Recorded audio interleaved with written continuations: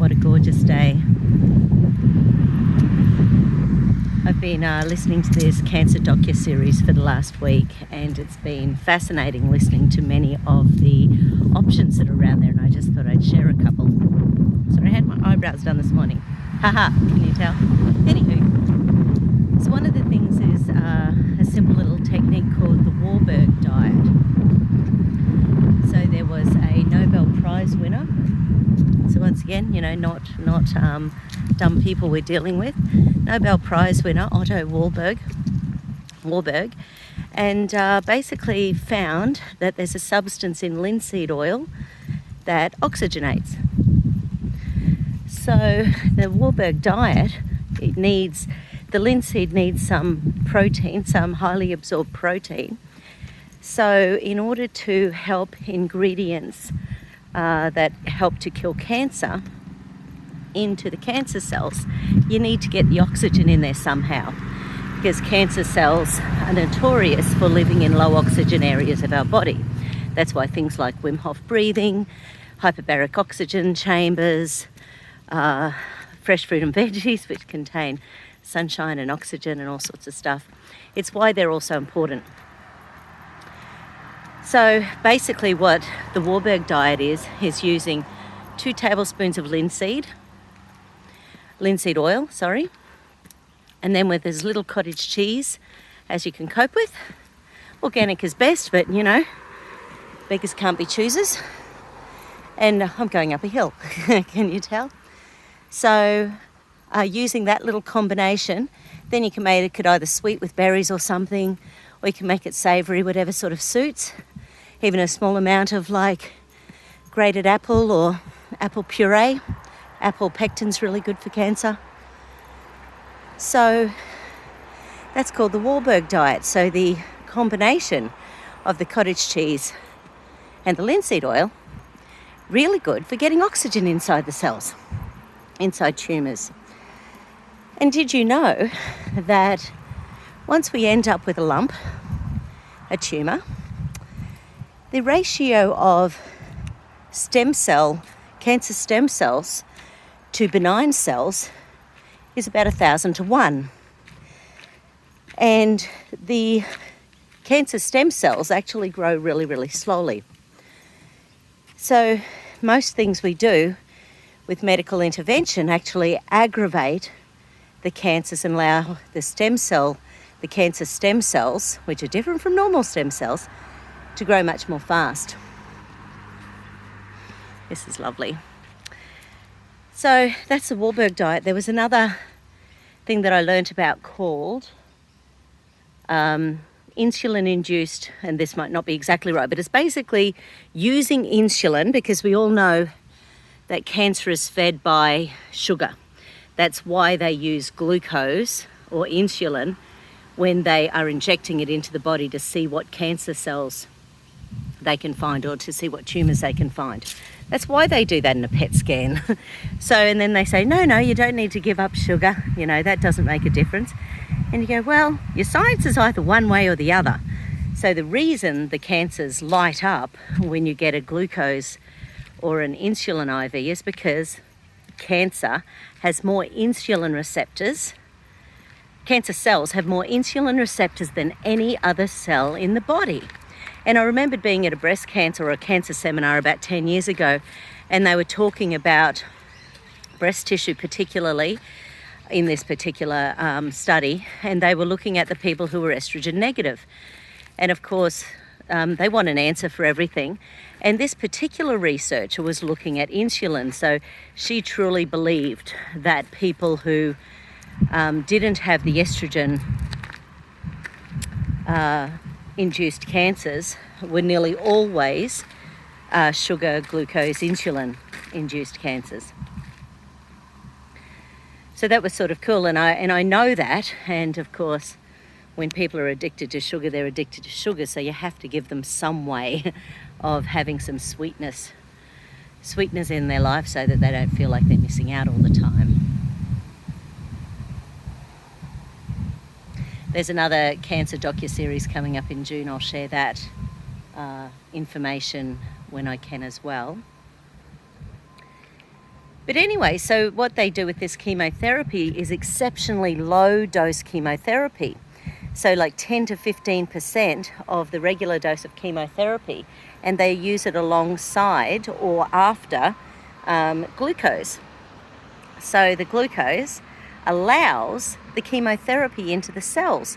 So when you get chemotherapy, apparently there's about a 25% chance of killing the cancer cells. When you increase it, when you use glucose along with it, it increases to 70%. Isn't that cool?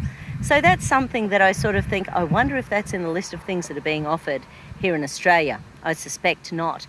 When I did an autoimmunity seminar a few years ago, and all the doctors from the US were talking about low-dose naltrexone. And I remember, and ever since then, I've been saying to my autoimmune clients, see if your endocrinologist can actually recommend, or, can they prescribe low-dose naltrexone, and not a single time has anyone been able to get it on script. Same way that this year, L-hydroxychloroquines and ivermectins and things have become evil. Anyway, that's all good. So the low-dose chemotherapy with glucose was one interesting thing. Obviously, things like IV glutathione, IV lipoic acid, IV vitamin C. Once again, they're hideously expensive here in Australia, but that's okay. I know that there's a place in Brisbane and a place down the coast, I think there's two, and they do IV vitamin Cs, and our price is around $360 a pop. Hyperbaric oxygen chambers, though, once again, cancers can't thrive in a high oxygen environment. So hyperbaric oxygen chambers, there's a local place that does like 6 visits for $250 or $55 a pop, which seems exceptionally good value to me, because once again, it's like flooding every cell in your body with oxygen, and cancers can't thrive in a high oxygen environment. Once again, that's the Warburg, or I'm thinking Warburg, but you know why I'm thinking that. I think it's Warburg Diet. There was obviously the ketogenic diet has been, because once again, ketogenic diet is looking at high fat, so going things like, and you can actually get keto sticks from the pharmacy. You can here in Australia, I'm sure you can everywhere else in the world. And basically, when you pee on a stick first thing in the morning, it gives you your levels of ketones. So when your body is, so basically if it's neutral, you're not releasing ketones. But it takes about 3 days if you go totally sugar-free. Generally takes about 3 days to use up all the glucose that's stored in your muscles. And then after that, your body starts using ketones. Now, people feel horrible sometimes for the first couple of weeks, real fuzzy brain and that sort of thing, because it takes about 2 weeks for the body to switch from using sugar as fuel to ketones as fuel, but it gets very, very good at it very quickly.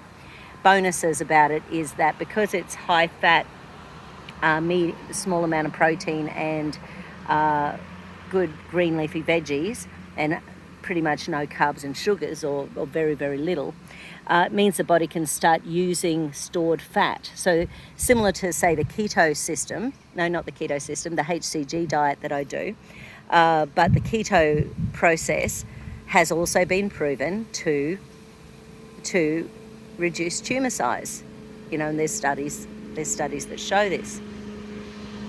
And the keto diet, it's not that hard, because it's delicious food. I mean, it sucks if you're vegan or vegetarian, because the foods that you're allowed are things like free-range eggs and nitrate-free bacon and organic cheese and butter and olive oil, really sticking to good oils, getting rid of the vegetable oils because they're omega-6s. You need omega-3s and healthy oils.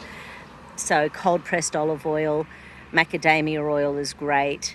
And linseed oil, obviously, and coconut oil, is also really, really amazing because it's got the medium-chained triglycerides, which are amazing for the immune system and for the gut wall. So there's a lot of really good foods that you can have in the keto diet, all sorts of fish and salmons, and then if you need snacks on the keto diet, you can do things like beef jerky and tins of tuna and stuff like that. So parsnip chips, if you can get them, fairly low in carbohydrates. So it doesn't have to be hard, but every time you break it, it can take about 3 days to get back into ketosis again. So if you love your wine or love your alcohol or love your sweeties, it's a challenge. Best alcohol to do on any diet is the vodka, lime and soda. It's lowest alcohol, lowest sugar, and it makes you feel like, you know, you're joining in, but obviously 27 of those, your body will, anytime you eat sugar, your cancer cells will sop it up first. So it's just really important to keep that in mind. But then, of course, good old juicing. And, you know, I've been a naturopath for nearly 30 years. And, of course, one of the things, there's so much research out there about things like resveratrol and quercetin and lipoic acid and lots of catechins. And, you know, so there's so many polyphenols. You know, there's so many individual nutrients that are being looked at in the fight against cancer. And guess where we get them all? Fresh fruit and veggies. So when you actually do things, and once again, you have to choose which direction you're going to go, because you can't do them all at once. You can't be having lots of juices all day and stay in ketosis. Your body won't do it.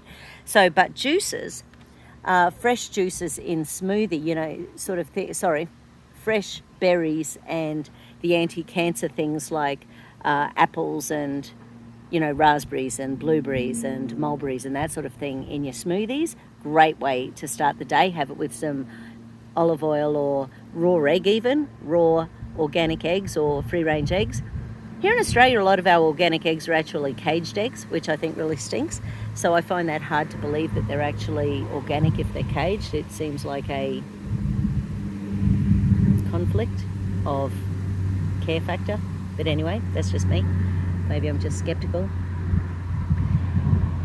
So the berries and vegetable juices are really crucial, you know, because when you're having you don't need all the fiber. So the difference with veggies and fruit is that vegetables have got non-soluble fiber or insoluble fiber.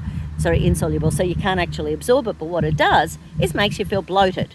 So, you know, if you're eating vegetables and you're feeling bloated, then that starchy, carbohydrate-y, insoluble fiber, it's not being absorbed very well. Whereas with fruit, it's soluble fiber. You actually absorb that fiber, and you're best off having that fiber, because fiber helps to quench the spike in insulin that you would otherwise get from fruit juices.